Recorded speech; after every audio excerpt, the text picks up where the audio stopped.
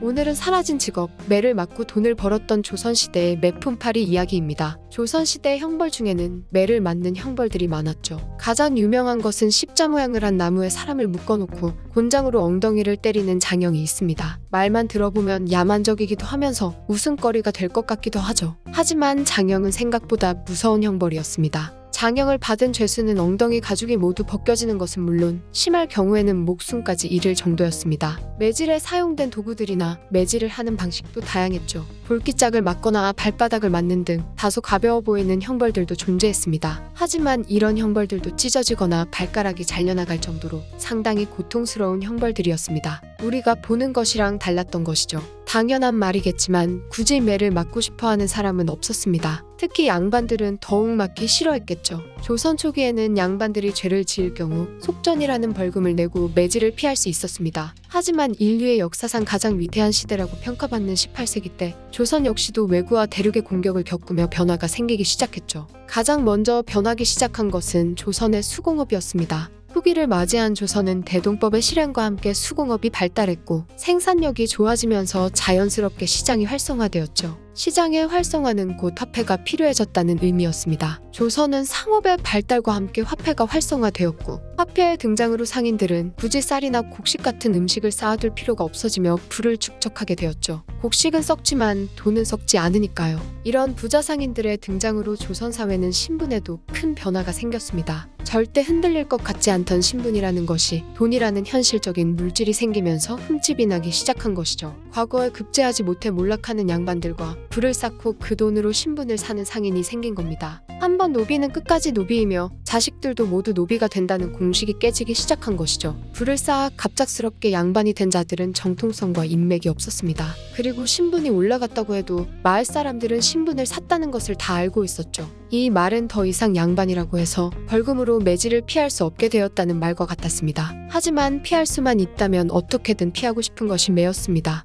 엄청 아프니까요. 여기서 생겨난 것이 바로 매품팔이였습니다. 돈이 많은 자는 돈을 지불해 체면과 몸을 지키고 가진 것이 몸뚱아리밖에 없는 자는 매를 맞는 대가로 돈을 받는 것이죠. 매품팔이가 처음 등장했을 때는 그저 소일거리 정도였지만 어느 순간부터 유행하기 시작하면서 아예 매를 맞는 걸 직업으로 삼는 이들도 생겨나기 시작했습니다. 이런 일이 돈이 됐었다는 것도 안타깝지만 인간성을 돈과 바꿔 밥벌이를 했다고 하니 당시 조선이 얼마나 혼란했는지 알 수 있는 부분이죠. 형을 집행하는 형리는 매만 맞고 돈을 받아가는 매품팔이가 아니고와 평소보다 더 세게 매질을 하기도 했다고 하는 기록도 있고요. 이 말을 뒤집어 보면 매품팔이가 형리에게 돈을 주면 조금 약하게 때려주기도 한다는 뜻이었습니다. 실제로 기록에는 매품팔이가 형리에게 뒷돈을 주고 살살 때려달라고 했다는 이야기도 나오죠. 형리에게 뇌물을 주지 않은 상태로 매를 맞다가 불구가 되는 매품팔이도 많았다고 합니다. 직업의 태생부터 그렇지만 매품팔이는 부정부패의 산물 같은 존재였죠. 시작된 이유도 행해지는 과정에서도 부도덕한 일들이 정말 많이 일어났습니다. 형을 집행하는 형리뿐만 아니라 대신 매를 맞아도 눈을 감아주는 관리나 아전들도 뒷돈을 받아 챙겼죠. 게다가 당시 매를 맞는 형벌을 받은 양반들의 죄목도 사실 누명이거나 탈탈 털어서 나오는 작은 먼지들이었습니다. 그러니까 뼈대 없는 양반을 데려다가 매를 치겠다고 무릉장을 놓고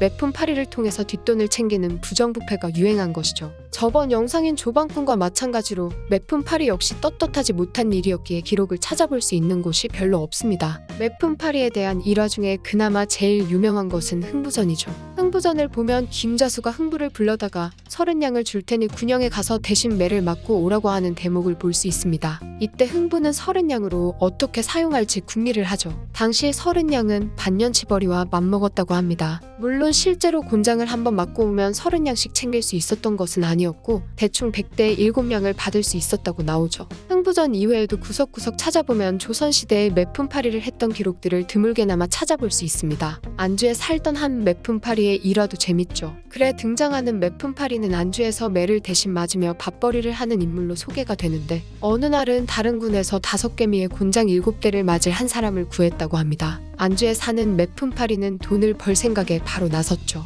문제는 형을 집행하는 사령이 매번 매를 대신 맞고 돈을 챙겨가는 매품파리가 아니고와 평소보다 곤장을 더욱 세게 내려쳤다고 합니다. 매품파리는 2대를 맞더니 더 버티다가는 큰일이 나겠다 싶어서 사령에게 뇌물을 주겠다는 손짓을 보내죠. 하지만 사령은 본 척도 하지 않고 전에 쳤던 2대보다 더 세게 곤장질을 합니다. 매품파리는 3대를 얻어맞고는 5개미를 더 주겠다는 신호를 보냈고 그제서야 곤장질은 약해졌다고 하죠. 곤장을 다 맞은 매품파리는 자기가 5개미를 받으려고 곤장 7대를 얻어 맞았다는 사실은 까맣게 잊은 채 10개미로 목숨을 건졌다며 좋아했다고 합니다. 한양에 사는 매품파리의 일화도 있습니다. 이 매품파리 역시 매를 대신 맞는 것을 업으로 삼는 사람이었죠. 그날은 아주 뜨거운 여름날이었고 한양의 매품파리는 100대짜리 매질을 2번이나 치른 뒤에 집으로 향했습니다. 당연히 몰골이 말이 아니었을 텐데 매품파리의 부인은 100대짜리 매질을 하나 더 약속하고 돈을 미리 받아와 기다리고 있었죠. 매품파리는 3번은 도저히 못하겠다고 고개를 저었지만 부인은 미리 받은 돈을 다시 돌려주기가 아까워서 잠깐 맞으면 한동안 편할 것이라며 남편에게 술과 고기를 대접합니다. 이때 매품파리는 취기가 올라온 탓인지 돌이킬 수 없는 선택을 하죠. 3번째 매질을 맞으러 갔다가 그만 그 자리에서 숨을 거두고 말았다는 이야기입니다. 이렇게 매품파리가 생기게 된 배경과 매품파리의 일화들 몇 가지를 알아봤는데요. 여기서 끝내기는 조금 아쉽죠? 그래서 지금은 사라진 조선시대 직업들 몇 가지를 준비해봤습니다. 물론 직업이 사라진 뒤에 조금 다른 형태로 다시 등장한 경우도 있죠. 저번 시간에 함께 알아봤던 조방꾼이 그렇습니다. 기방과 조방꾼은 사라졌지만 현재에도 포주라는 이름으로 존재하죠. 조선시대 조방꾼이 했던 일들은 포주와 다를 것이 없습니다. 기생들에게 잠자리와 식사를 제공하는 조건으로 일을 하게 했죠. 여기서 말하는 일은 보통 기방에 찾아온 손님들을 접대하는 일이었습니다. 조방꾼 역시 매품파리처럼 18세기 조선의 화폐가 발달하면서 등장한 직업이죠. 이렇듯 18세기 조선시대 직업들을 엿보면 당시 조선이 많이 어두웠던 시기라는 것을 알 수 있습니다. 2번째로 소개해드릴 조선의 사라진 직업은 거벽과 사수, 그리고 선접꾼입니다. 이들은 과거 시험에서 부정행위를 돕고 일당을 받는 짓을 업으로 삼았죠. 쉽게 말하자면 조선시대 사기꾼팀이라고 볼 수 있습니다. 선접꾼이 과거 시험에서 좋은 자리를 맡아두면 거벽은 답을 알려주고 사수는 보기 좋은 필체로 거벽이 말하는 답을 받아 적었죠. 이렇게 과거 시험에서 부정행위를 업으로 삼는 이들이 나왔다는 것은 과거 시험이 많이 어려웠다는 뜻도 되지만 다른 쪽으로 생각해본다면 과거 시험이 뒤로 갈수록 치열했고 힘들었다는 이야기이기도 합니다. 실제로 과거제도는 조선이 후반을 향해 갈수록 지원자의 수도 엄청나게 늘어났고 뽑는 숫자도 적었기 때문에 점점 부정부패가 난무하는 곳으로 변해갔던 것이죠. 거벽, 사수, 선접꾼이 등장한 시기도 조선 후기 과거 시험이 더러워지기 시작할 때부터였습니다. 요즘에도 뉴스를 보면 종종 수능에서 부정행위를 쓰다가 걸렸다는 소식이 들리기도 하죠. 거벽, 사수, 선접꾼이 오늘날 팀 단위로 움직이는 사기꾼들의 조상이 아닌가 하는 생각이 드네요. 물론 요즘에는 사기의 수법이나 역할이 더욱 세분화되고 다양해지긴 했습니다. 제도가 발전하면서 사기꾼들도 진화했다고 볼 수 있겠죠. 마지막으로 소개해드릴 직업은 곡비입니다. 곡비는 돈을 받고 눈물을 판다는 말이 가장 어울리는 직업이죠. 왕이나 양반들이 상을 당하면 상주는 장례식장에서 자신을 대신해 울어줄 여인들을 고용했습니다. 명색이 왕이고 양반인데 장례식에서 울음소리가 약하거나 들리지 않으면 체면이 서지 않았겠죠? 보통의 상황에서는 사대부에 소속된 여자 종들에게 곡소리를 내도록 시켰지만 상황이 마땅하지 않을 때는 민가에서 곡비로 쓸 여인들을 데려왔는데 이들이 곡비입니다. 이때 인기가 많은 이들은 과부였죠. 슬프게 울어본 경험이 있는 분들은 아시겠지만 오랫동안 소리를 내어서 우는 건 상당히 힘듭니다. 머리도 아프고 목도 아프죠. 무엇보다 슬픔을 유지하는 것도 쉬운 일이 아닙니다. 이것도 조선 후반 화폐의 발달이 불러온 부작용 중 하나인데 당시 돈이 좀 있다 하는 이들은 힘든 일을 대부분 돈으로 해결하려고 했죠. 매품파리도 조방꾼도 거벽과 사수 선접꾼도 마지막으로 곡비도 모두 돈으로 힘든 일이나 과정을 해결하려는 이들이 늘어나면서 생긴 직업들입니다. 매를 맞고 돈을 벌었던 조선시대 매품파리의 이야기, 이번 편은 여기까지입니다.